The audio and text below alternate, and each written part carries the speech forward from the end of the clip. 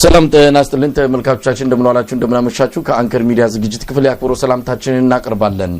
ኤርትራ ምላሽ ሰጥታለች።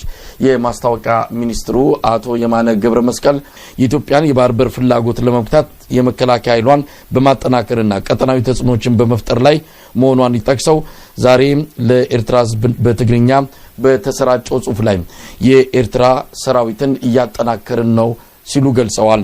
ተጽዕኖ ፈጣሪ ሀገራትና ዓለም አቀፍ ድርጅቶች የኢትዮጵያን አካሄድ እንዲያወግዙና ኢትዮጵያ ቀጠናዊ ግጭት ከመቀስቀስ እንድትቆጠብ ግፊት እንዲያደርጉም የጠየቁት የኤርትራው የማስታወቂያ ሚኒስትር ኤርትራ ከቀይ ባህር አዋሳኝ ሀገራት የሁለትዮሽ ትብብሯን ለማጠናከር ጥረት እያደረገች መሆኗን መግለጻቸው ነው የተመለከተው። በዚህ ጉዳይ ላይ ሰፋ አድርገን እንመለከታለን። ወቅታዊ የኢትዮጵያ የተለያዩ ጉዳዮችን አንስተን የምንወያይበትን የዛሬውን የአንከር የመረጃ ክፍለ ጊዜ እንድትከታተሉ እንጋብዛለን።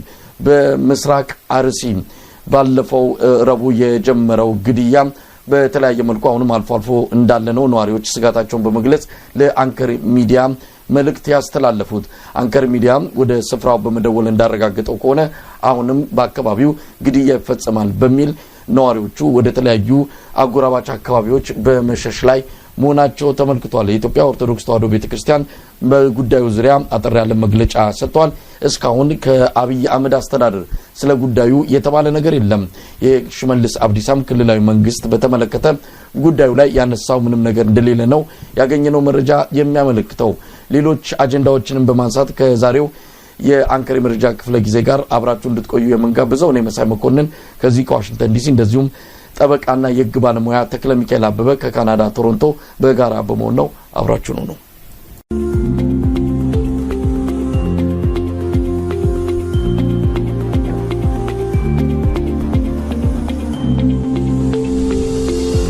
ተናስተልኝ ተክለ ሚካኤል።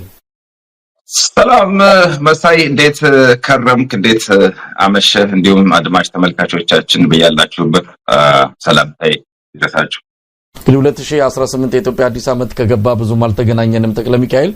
ለማንኛውም ዛሬ ላይ ዳግም ተገናኝተን አጠቃላይ የኢትዮጵያን ወቅታዊ ሁኔታ እንነጋገርበታለን። የሚጀምረው ሰሞኑን ሁላችንንም በሐዘን ያስቆዘመን የምስራቅ አርሲው የኢትዮጵያ ኦርቶዶክስ ተዋሕዶ ቤተክርስቲያን አማኞች ግድያን የተመለከተ ነው። እንግዲህ አንተ በአንድሚው በሌላ እዛ አቅራቢያ ካለው በአርሲ ነገሌ ተወልደ ያደክ በዛም አካባቢ ከኢትዮጵያ ኦርቶዶክስ ተዋሕዶ ቤተክርስቲያን አገልግሎት ጋር ቅርበት ያለ እንደሆነ አቃለው ህመሙን መረጃውም አጠቃላይ ሁኔታ ከማንም በተሻለ መልኩ እንደሚሰማህ ይገባኛልና እንዴት ተከታተልከው? ሰሞኑን የድረሱልን ጥሪው አጠቃላይ የሰቆቃና የጣር ድምጹ አሁንም አልተቋረጠም። በአካባቢው የአብይ አህመድ አገዛዝ ለነዚህ ዜጎች ደርሶ ከህይወታቸውን ለማዳን ያደረገው ጥረት እንደሌለ ነው ነዋሪዎች የሚገልጹልና ተክለ ሚካኤል እንዴት እየተከታተልከው ነው ያለው?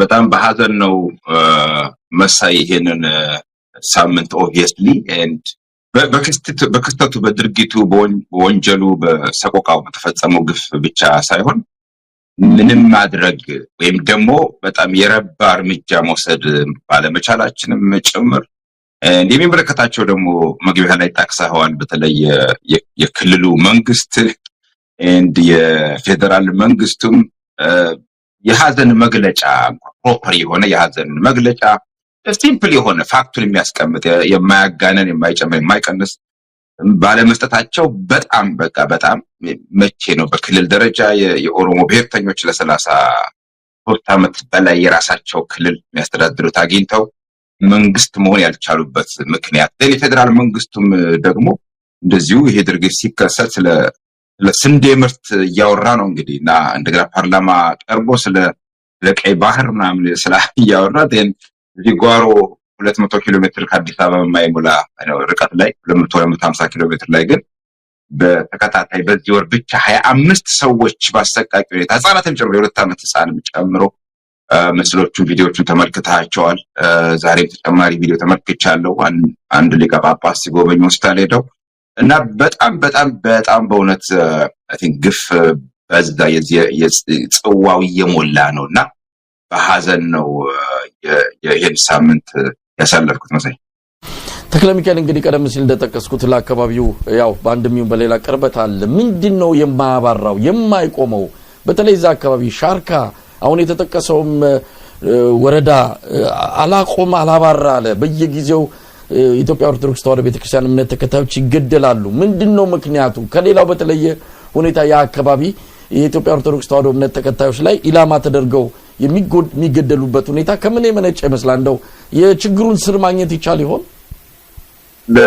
ከባድ ነው ትልቅ የሪሰርች ጥያቄ ነው ያነሳው መሳይ ይሄንን ከቻሉ ለቤተ ክህነት አስተዳዳሪዎች ተመራማሪዎች ወይ ለዩኒቨርሲቲ ፕሮፌሰርስ ተመራማሪዎች ለማህበራዊ ጉዳይ አጥኚዎች ለፖለቲካ ሳይንቲስቶች ተዋለኝ ነጌሌ አርሲን በእውነት ላመሰግን ላደንቅ ወዳለው ኦብቪየስሊ በአጠቃላይ በኦሮሚያ ማለት ይቻላል ይሄ ከ1991 ፈረንጆቹ 83 ዓመተ ምህረት ጀምሮ በመጣው የኤትኒክ ፌደራሊዝም ምክንያት የተፈጠረ ጫና ውጥረት መድሎ ብሔርተኝነት አናታ የሚባሉትን ብሔረሰብ አባላት የመበደል የመግፋት ሁኔታ በሽ ነው ኦፍ ኮርስ ነጌሌ በዛ ሰለባ ነው ግን በእነዚህ በ2019 ዓመተ ምህረት ኦክቶበር ላይ ጥቅምት የዛሬ 6 ዓመት አካባቢ ያኔ ጀዋር ተከበብኩ ሲል ከዛ በኋላ በአጫሉ ሁንዴሳ ሞት ጊዜ ከተፈጠሩት ሜጀር የሆኑ ግድያዎች ሰቆቃዎች ባሻገር ውጥረቱ አለ እንጂ ያሁኑ አይነት ግፍ ነጌሌ ተፈጽሞ አላየውም ነው ያላቀም በ2023 በፈረንጆቹ በ2015 የጥምቀት በኋላ አቡነ ሳዊሮስ የጳጳሳት ሹመት ሲያደርጉ የታሰሩ ሰዎች አሉ በጣም ብዙ የኔ ጓደኞች በልጅነት ድቆና ብለው የተቀበልናቸው አሁን ካህናት የወሩትንም ጨምሮ አላግባብ በግፍ የታሰሩበት ሁኔታ አለ ግን በነፍስ ደረጃ ህፃናት የተገደሉበት እንደዚህ አይነት ሃይማኖትን ወይም ብሔር መሰረት ያደረገ ነገር የለምና ወርት ላደንቅ ላመሰግን ለአካባቢው ህዝብ ክሬዲት ለመስጠት እወዳለሁኝ because እውነቱን መናገር ስላለብን ከዛ በተረፈ ግን ይሄ በአጠቃላይ በእኔ አስተያየት ይሄ ነው ብዬ እኔ የምናገረው ምክንያት መሰረት ይሄ ነው ብዬ ባልልም ኦብቪየስሊ የፖለቲካና የሃይማኖት ጥላቻን መሰረት ያደረገ ወንጀል ነው በመንግስት ቸልተኝነት sometimes በመንግስት ድጋፍም ጭምር ወይንም መንግስት ኃላፊነቱን ባለመወጣቱም ጭምር የተከሰተ በተወሰነ እንደሚባለው ቡድኖች ወይ ግለሰቦች ወይ ሸኔ እንደተባለ እንደሚሳበው ብቻ ሳይሆን አይ ቲንክ የመንግስት አስተዳዳሪዎች በቀጥታም በተዘዋዋሪ እጃቸው ያለበት የሚመስል ሆን ብሎ አካባቢውን ይሄ ከተወሰነ በተለይ ኦርቶዶክስ እና አማራ በብዛት ነስሉሉ አማራ ላይሆን ይችላሉ ከሆኑት ሰዎች የማጽዳትም እርምጃ እንቅስቃሴ በሰያሌ በዛ በኩል የተመለከቱት መሳይ ተክለ ሚካኤል ጉዳዩን እንደው ትንሽ ሰፋ አድርጎ መመልከትም የሚገባ